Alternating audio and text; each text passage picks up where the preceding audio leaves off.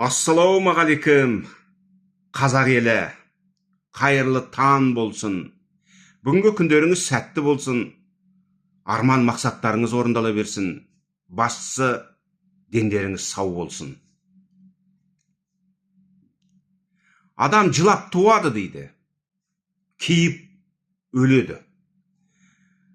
Екі ортада бұл өмірдің рахатын біле алмай, бір-бірін аңдысып, мақтанып, есіл өмірді ескерусіз, жарамсыз қылықтармен қорғып өткізеді. Ертең дәм тұзың таусылып, жан алқымға тығылған кезде, сенің жинаған малыңда, алтын күмісіңде саған бір жарық дүниені сатып бере алмайды. Өкінішті. Дүние құнсыз, ажал тілсіз, келесің дымсыз, кетесің дымсыз дейді. Адуния мазрахатул ақират дейді. Дүние ақыреттің егіні дейді.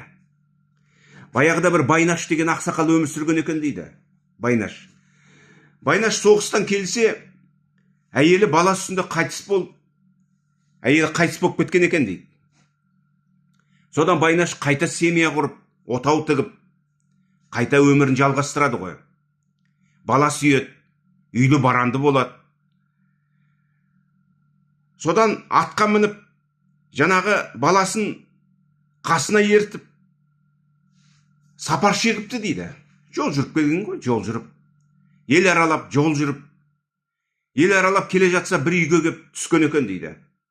Үйге кіріп, орналасып, төрде отырып, сусын ішіп, мән-жайды сұраса, жаңағы Байнаш түскен үй бұрынғы қайнағасының үйі екен дейді. Қайтыс болып кеткен әйелінің үйі болған ғой, төркіндерінің үйі ғой енді сол. Қайнағасы. Бірақ қайнағасы үйде жоқ екен, жол жүріп кеткен дейді. Үйде қатын бала-шаға енді Байнашқа сусын беріп, шай беріп, төрде отырады ғой. Байнаш мән-жайды сұрағаннан кейін, бұл үй менің бұрынғы қайын жұртым болды ғой. Мен бұл үйге күйеу бала болғам кезінде. Мен бұл үйдің қызын алғам. Бұрын күйеу бала болғамын деп әңгімесін тарқатады ғой. Өстіп әңгіме айтып отырса, Байнаштың жаңа қасына алған, ертіп жүрген баласы сыртта ойнап жүріп, сол үйдің ақ күшігіне жармасады ғой. Ақ күшік. Бала, мына күшікті мен алам дейді. Сонда Байнаш, алсаң ала ғой, айналайын. Бұл үйде де бұрын сенің шешең өмір сүрген алғашқы. Айналайын, саған бұйырған шығар сол күшік. Бір күшікте тұрған түк жоқ деп, жаңағы күшікті алып, Байнаш жөніне кетеді ғой. Байнаш кеткеннен кейін қайнағасы кепті дейді, жаңағы үйдің бас иесісі. Қайнағасы келгеннен кейін баласы мән-жайды айтады ғой, үйге Байнаш келді. Үйленіпті, үйлі баранды болыпты. Баласы бар екен, келіп сусын ішіп кетті деп. Жөн екен. Бірақ ақ күшікті алып кетті депті, үйдегі ақ күшікті. Сонда қайнағасы шатынап, өлетін апамыз өліп қалды. Байнаш енді маған жегжат болмай-ақ қойсын. Бар күшікті алып кел дейді ғой. Зекіп балаға. Бала бірден атқа қонып, Байнаштың артынан тұра шабады. Ақтер көктер болып бала жетсе, Байнаш енді бір шайын ішіп, демалып, жастықта шынтақтап жатыр екен дейді. Ақтер көктер болып келген балаға, мына жүрсің суық қой, суыт жүрсің ғой. Елің аман ба? Не болып қалды депті. Сонда сіз кеткеннен кейін әкем келді. Ақ күшікті алып кетті деп едім, ашуланды. Байнаш маған жегжат болмай-ақ қойсын.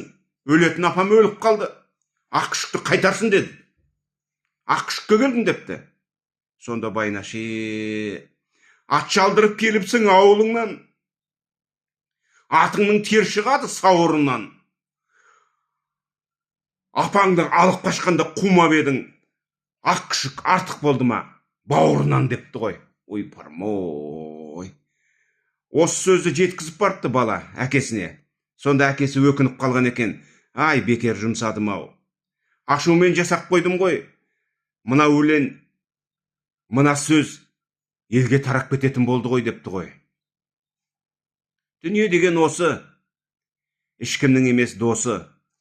Болар еді досы, аумаса қосы дейді. Қос дегенді білесіздер ғой.